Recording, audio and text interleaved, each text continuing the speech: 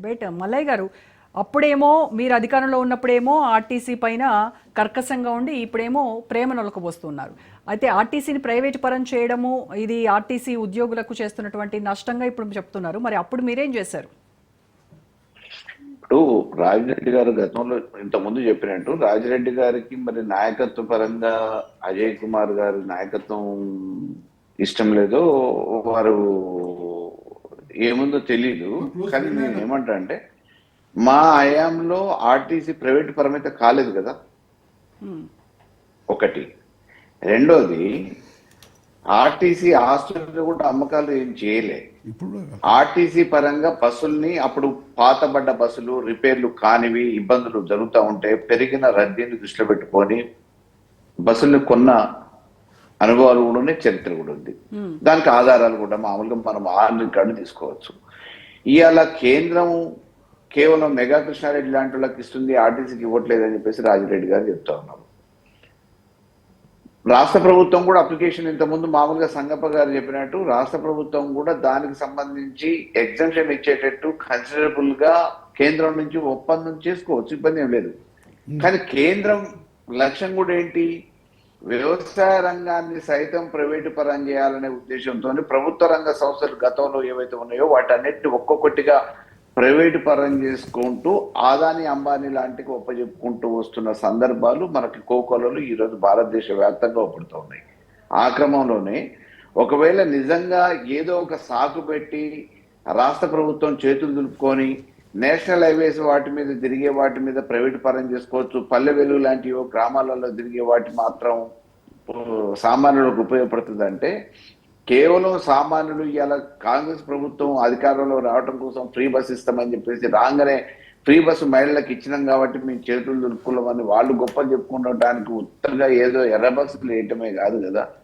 ఒకవేళ ప్రైవేట్ పరం జరిగితే జరిగే నష్టం ఏంది? సామాన్యులు, సొంత వాహనాలు లేనోళ్ళు, దూరసార ప్రయాణం చేసేటోళ్ళు కూడా ఈ రోజు ఇంతో అంతో సబ్సిడీ ఇచ్చైనా వినియోగదారుని మీద భారం పడకుండా ఉండేటట్టు అవసరమైతే ప్రభుత్వమో లేకపోతే ఆర్టీసీ భరించి వినియోగదారుడికి ఇబ్బంది కలగకుండా ఉండేటట్టు కొంత సబ్సిడైజ్ రేట్లలో ఆర్టీసీని నడిపిస్తా ఉంది.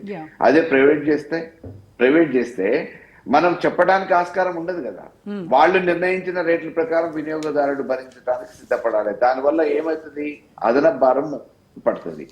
ఇది ఏదో మామూలుగా కేంద్ర ప్రభుత్వం షరతులు ఈ రకంగా ఉన్నాయి కాబట్టి మేము ఇప్పుడు నష్టాలలో ఆర్టీసీ ఉంది కాబట్టి మేము భరించడానికి సిద్ధం లేమని చెప్పేసి రాష్ట్ర ప్రభుత్వం ఏదో దొడ్డిదారునో లేకపోతే ఇంకా దొంగచాటు వ్యవహారం చేసి ప్రైవేటు పరం చేయాలనుకునే ప్రయత్నం జరుగుతూ ఉంది. కాబట్టి దానికి సంబంధించి ఈ మధ్య కాలంలో వేరే వాళ్ళతో ఒప్పందాలు జరిగి కొన్ని బస్సులు కూడా నడుపుతున్నారు. కాబట్టి ఇది ఒక ప్రారంభ సూచికగా రేపటి భవిష్యత్తులో వీళ్ళు చేయబోతా ఉన్నారు. ఇది జరిగితే బాగుండదు అని చెప్పేసి ఆయనకు ఒక అనుభవం ఉన్న మాజీ రాష్ట్ర రవాణా శాఖ మంత్రిగా వారి అనుభవాన్ని చెప్పారు.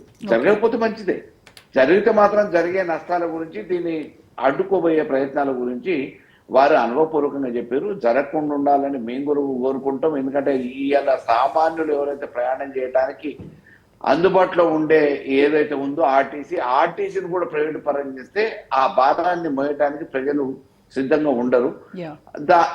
ఆ భారం అనేది వాళ్ళ ఇష్టారాజ్యంగా అయిపోతుంది. కాబట్టి ఇంత ఉన్న మామూలుగా రవాణా కోసం ఏర్పాటు చేసిన సామాన్యుడికి అందుబాటులో ఉండే ఈ ఒక్కదాన్ని కూడా అవకాశాన్ని కూడా పోగొట్టడం అనేది మంచిది. కాబట్టి మీరు రాష్ట్ర ప్రభుత్వానికి పేరు రావడం కోసం ఇవాళ ఫ్రీ బస్ అని చెప్పేసి ఏ రకంగా అయితే అంటున్నారు, వీలైనంత వరకు ఇప్పుడు ఎలక్ట్రికల్ వాహనాల వల్ల భారం లేకపోతే ఈ ట్రాన్స్పోర్ట్ కానీ ఆయిల్ కానీ ఇవన్నీ తగ్గుతాయి. కాబట్టి ఇంకేదైనా తగ్గించే ప్రయత్నం చేయాలి. కానీ ఇప్పుడు ప్రైవేట్ పరం చేసి ఆర్టీసీకి ఉన్న బస్ స్టాండ్లను నమ్ముకోనో లేకపోతే వాటిని కమర్షియల్ కాంప్లెక్స్ చేసుకోనో, మొన్న బ్యాంకులో తాకట్టు పెట్టి ఏదైతే రైతు బంధు కోసం 10,000 రూపాయలు అప్పు తీసుకొచ్చారో ఆ రకంగా ఈ ఆర్టీసీలో ఉన్నాయి కూడా ప్రైవేట్ పరం చేసి తీసుకొచ్చేసి మీద ప్రభుత్వం నడుపుతామనంటే ఇక ప్రభుత్వానికి ఉన్న ఆస్తులన్నీ ఒక్కొక్కటిగా ఉన్నాయి అమ్మేసుకుంటూ పోతే రేపటి భవిష్యత్ భావితరాలకు ఇబ్బంది అవుతుంది. కాబట్టి డెఫినెట్ గా దీని మీద ఒక పార్టీలకు ఖచ్చితంగా కూడా ఆలోచించాల్సిన అవసరం ఉంటుంది, దీన్ని అడ్డుకోవాల్సిన అవసరం ఉంటుంది.